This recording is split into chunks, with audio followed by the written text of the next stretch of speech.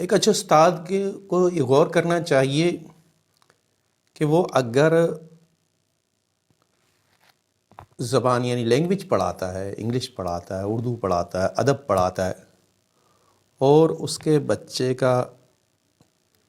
کی زبان خراب ہوتی جا رہی ہے، اس کا تہذیب ادب وہ نہیں سیکھ رہا، بلکہ اس کی ادب اس کا خراب ہو رہا ہے، تو ہمیں فکر کرنا چاہیے کہ ہم اسے کیا پڑھا رہے ہیں۔ لیکن وہ ایک اچھا رائٹر بن جائے، اچھا مضمون لکھ سکتا ہو، مگر جب وہ بات کرتا ہو تو اس کی لینگویج اچھی نہیں ہو، عام زبان میں وہ گالیاں دیتا ہو، عام طور پر دوستوں میں اس کی گفتگو میں شائستگی نہیں آ رہی، اس کا مطلب ہم پڑھانے میں ناکام ہو گئے۔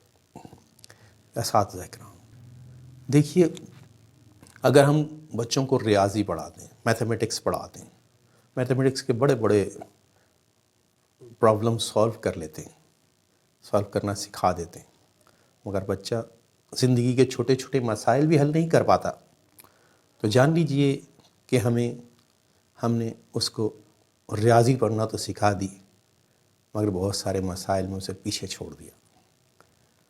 ہم جب پڑھا رہے ہوتے ہیں تو ہمیں چاہیے کہ ہم ٹیچر بنیں۔ دیکھیے، ایک اچھا پڑھا لکھا شخص جو بہت اچھا پڑھا ہو وہ اچھا پڑھا لے ایسا ضروری نہیں ہے۔ اچھا پڑھانے کے لیے اچھا ٹیچر بننا ہوگا۔ ہم ٹیچر بن ہی گئے، چاہے ہم شوق سے بنیں تو بہت اچھی بات ہے، اتفاقیہ ٹیچر بن گئے تب بھی، اب ٹیچر تو بن ہی گئے، ہمیں چاہیے کہ اپنے پروفیشن سے محبت کریں، اپنے پروفیشن سے پیار کریں، اپنے پروفیشن کو اپنائیں، اپنا پروفیشن ٹھیک کریں، درست کریں۔ دیکھیے، ایک اچھا استاد وہ ہے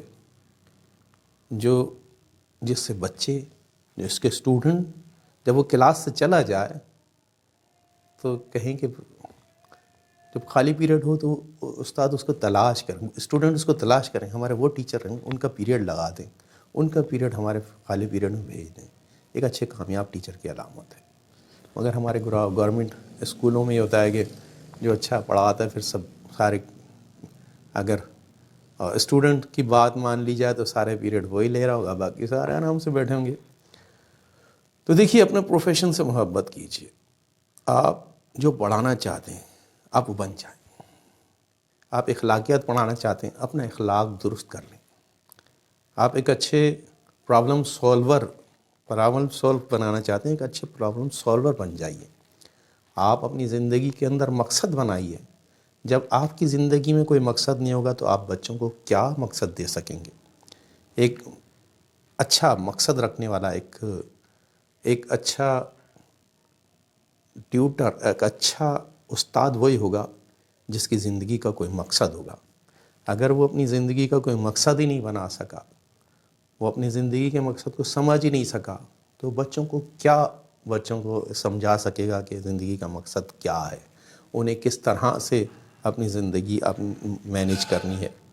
اس کی اپنی زندگی میں اگر مینجمنٹ نہیں ہوگی تو بچوں کو کیسے مینجمنٹ کرے گا؟ دیکھیے، جو ہمارے اندر ہوتا ہے وہی ہمارے اندر سے، جس چیز کے ہم بنے ہوتے ہیں وہی شعائیں ہمارے اندر سے نکل رہی ہوتی ہیں۔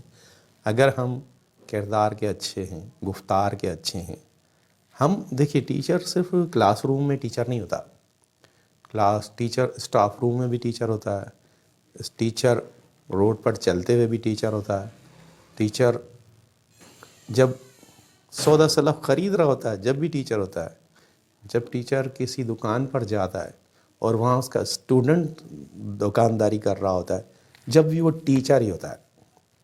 ٹیچرز کو ہر جگہ اپنی منصب کو برقرار رکھنا چاہیے۔ دیکھیے، میں تو اس نتیجے پہ پہنچا ہوں کہ کتاب جو ہے نا وہ کافی نہیں ہے۔ کتاب خاص طور پر نصاب کی کتاب ہے۔ دیکھیے، ٹیچر ہی کتاب پڑھا سکتا ہے، ٹیچر ہی نصاب پڑھا سکتا ہے، ٹیچر ہی بچوں کو ایجوکیٹ کر سکتا ہے۔ ایک اچھا ٹیچر ہی ان کو اچھے ایجوکیشن فراہم کر سکتا ہے۔ آپ دیکھ لیں، کسی سبجیکٹ میں بچے دلچسپی سے پڑھ رہے ہیں تو اس کا مطلب ہے اس سبجیکٹ کا ٹیچر بہت اچھا ہے، بچے وہاں دلچسپی سے پڑھ رہے ہوں گے۔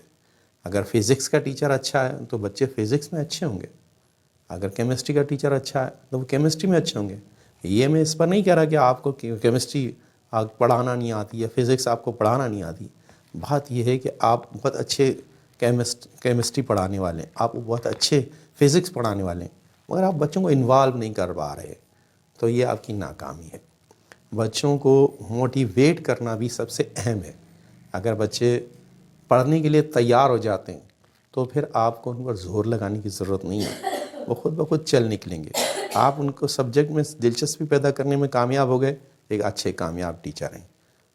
دیکھیے، دنیا کی بہترین کتابوں میں بہترین کتاب کون سی ہے؟ قرآن پاک۔